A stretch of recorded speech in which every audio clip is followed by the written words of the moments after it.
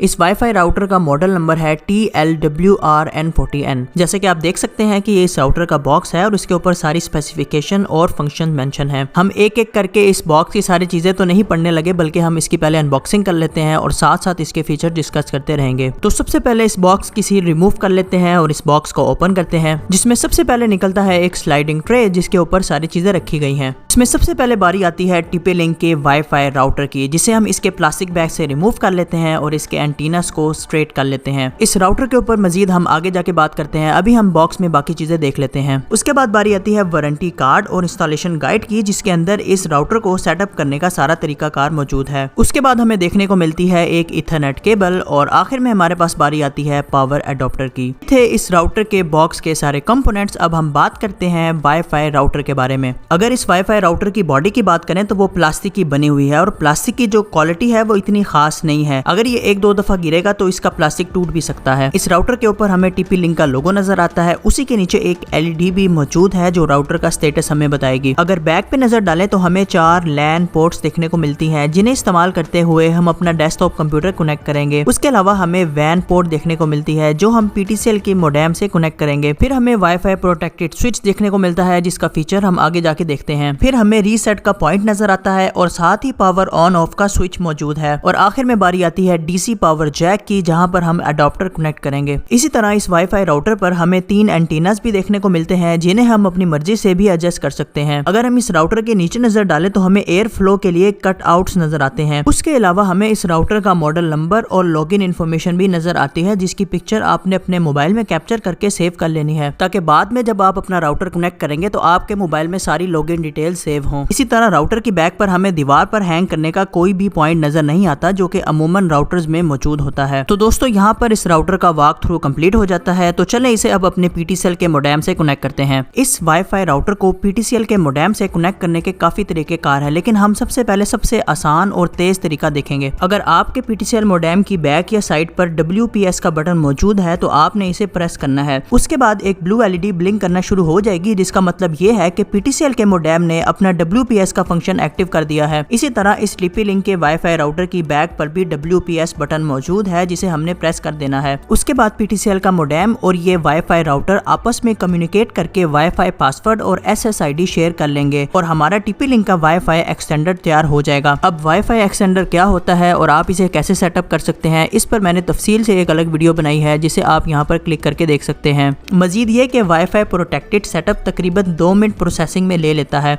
अब चलते हैं दूसरे मेथड की तरफ। इस तरीके में हम ईथरनेट केबल का इस्तेमाल करेंगे। वैसे तो ये एक छोटी लेंथ की ईथरनेट केबल है जो आप लोगों को समझाने के लिए मैं इस्तेमाल कर रहा हूँ। दरअसल जो मेरा PTCL का मोडेम है वो ग्राउंड फ्लोर पर पड़ा हुआ है और ग्राउंड फ्लोर पर मुझे वाईफाई सिग्नल्स बेहतरीन आते हैं, लेकिन फर्स्ट फ्लोर पर सिग्नल्स ना होने के बराबर होते हैं। और मैं चाहता हूँ कि जो परफॉर्मेंस मुझे ग्राउंड फ्लोर पर मिलती है वही परफॉर्मेंस मुझे फर्स्ट फ्लोर पर भी मिलना शुरू हो जाए। तो उसके लिए मैं तकरीबन 25 मीटर की ईथरनेट केबल इस्तेमाल करूंगा और इस TP-Link वाईफाई राउटर को फर्स्ट फ्लोर पर सेट कर दूंगा। अब आपने इस केबल के कनेक्टर किन पोर्ट्स में कनेक्ट करने हैं वो मैं आपको बता देता हूँ। एक कनेक्टर आपने PTCL मोडेम की बैक पर मौजूद किसी भी नंबर की LAN पोर्ट में लगा देना है और दूसरा कनेक्टर आपने अपने TP-Link के वाईफाई राउटर की इंटरनेट पोर्ट पर लगा देना है। ये सब कुछ करने के बाद आपका कनेक्शन कंप्लीट हो जाएगा और PTCL के मोडेम पर LAN की LED ब्लिंक करना शुरू हो जाएगी। इसी तरह TP-Link के वाईफाई राउटर पर भी ब्लू LED ऑन हो जाएगी। अब ये जो दोनों तरीके हमने सीखे हैं ये हमने बगैर किसी कंप्यूटर को इस्तेमाल करते हुए किए हैं। अब चलते हैं तीसरे मेथड की तरफ, जिसमें हम इस TP-Link के वाईफाई राउटर का लॉगिन पेज इस्तेमाल करेंगे। जब आप अपना TP-Link का वाईफाई राउटर पहली दफा ऑन करेंगे तो आपको वाईफाई नेटवर्क्स में कुछ इस तरह का नाम नजर आएगा। आपने अपने लैपटॉप या कंप्यूटर को इस्तेमाल करते हुए इस नेटवर्क से कनेक्ट हो जाना है, जिसका पासवर्ड इस TP-Link राउटर की बैक पर मौजूद है या जो हमने पीछे पिक्चर कैप्चर की थी। आप लॉगिन इन्फॉर्मेशन वहां से भी देख सकते हैं। फिर आपने अपने वेब ब्राउजर में जाकर TP-Link wifi.net टाइप करना है। उसके बाद आपके पास वाईफाई राउटर की लॉगिन स्क्रीन आ जाएगी, जहां पर आपने यूजर नेम की जगह एडमिन लिखना है और पासवर्ड की जगह भी एडमिन लिखना है। उसके बाद आपने लॉगिन प्रेस कर देना है और आप अपने वाईफाई राउटर की सेटिंग में एंटर हो जाएंगे। यहाँ पर आपको क्विक सेटअप की ऑप्शन नजर आ रही होगी और आपने नेक्स्ट के बटन पर क्लिक करना है। फिर आपको 3 ऑप्शन नजर आएंगे, जिसमें से आपने स्टैंडर्ड वायरलेस राउटर को सिलेक्ट करके नेक्स्ट के बटन पर क्लिक कर देना है। उसके बाद आपके पास ये स्क्रीन आएगी और आपने यहाँ पर भी नेक्स्ट पर क्लिक करना है। इसी तरह अगली स्क्रीन पर भी बगैर किसी चेंज के आपने नेक्स्ट पर क्लिक कर देना है। आखिर में आपके पास ये स्क्रीन आएगी जहाँ पर आप अपनी मर्जी से वाईफाई नेटवर्क का का नाम चेंज कर सकते हैं। इसी तरह आप अपनी मर्जी का वाईफाई पासवर्ड भी रख सकते हैं। ये सब कुछ करने के बाद आपने नेक्स्ट पर क्लिक कर देना है। तो दोस्तों यहाँ पर वाईफाई राउटर की सेटिंग कंप्लीट हो जाती है। दोस्तों एक बात मैं आपको क्लियर कर दूं, ये वही तरीका है जो हमने इससे पहले ईथरनेट केबल लगाकर किया था, लेकिन इस तरीके में हमें ज्यादा कंट्रोल नजर आया। हमने अपनी मर्जी से वाईफाई राउटर का नाम और पासवर्ड सेट किया। अब चलते हैं आखिरी तरीके की तरफ, जिसमें हम इस राउटर को वाईफाई रेंज एक्सटेंडर में तब्दील करेंगे। आपने क्विक सेटअप की स्क्रीन पर जाकर रेंज एक्सटेंडर को सिलेक्ट करना है, उसके बाद नेक्स्ट पर क्लिक करना है। फिर आपके पास वायरलेस सेटिंग आ जाएगी, जिसमें आपने सबसे पहले सर्वे के बटन पर क्लिक करना है। फिर आपके सामने वाईफाई नेटवर्क्स की लिस्ट आ जाएगी, जिसमें से आपने अपना मुतलका नेटवर्क सिलेक्ट करके कनेक्ट के बटन पर क्लिक करना है। फिर आप वायरलेस सेटिंग में वापस आ जाएंगे और वायरलेस पासवर्ड की जगह पर आपने वही पासवर्ड लिखना है जो मोडेम आपने सिलेक्ट किया है। अगर नीचे कस्टमाइज के ऑप्शन पर क्लिक करके आप अपनी मर्जी का वायरलेस राउटर का नाम रखना चाहते हैं तो आपने वो सेट कर लेना है। उसके बाद नेक्स्ट पर क्लिक कर देना है। इसी तरह अगली स्क्रीन पर भी आपने बगैर किसी सेटिंग को चेंज किए नेक्स्ट पर क्लिक कर देना है। आखिर में आपने रिबूट के बटन पर प्रेस कर देना है, जिसके बाद आपका राउटर रीस्टार्ट होगा और वाईफाई रेंज एक्सटेंडर में तब्दील हो जाएगा। तो दोस्तों अब चलते हैं असल बात की तरफ। मैंने ये वाईफाई राउटर क्यों खरीदा है। इससे पहले मैं D-Link का वाईफाई एक्सटेंडर इस्तेमाल कर रहा था, लेकिन उसमें जो मेरे साथ इश्यूज आए वो मैं आपसे शेयर कर देता हूँ। पहला इशू ये था कि इस डिवाइस का कवरेज एरिया बहुत कम था, मतलब इसके वाईफाई सिग्नल्स तकरीबन 5 मल्ले तक का एरिया कवर करते थे, लेकिन मुझे इससे ज्यादा वाईफाई कवरेज चाहिए थी। ये TP-Link का वाईफाई राउटर तकरीबन 10 मल्ले तक का एरिया कवर कर लेता है। उसके अलावा जब मैं इस D-Link के वाईफाई राउटर के साथ ज्यादा डिवाइसेस कनेक्ट करता था तो ये डिवाइस जवाब दे जाती थी। इसीलिए मैंने ये TP-Link का वाईफाई राउटर परचेज किया है जो एक साथ ज्यादा डिवाइसेस सपोर्ट करता है।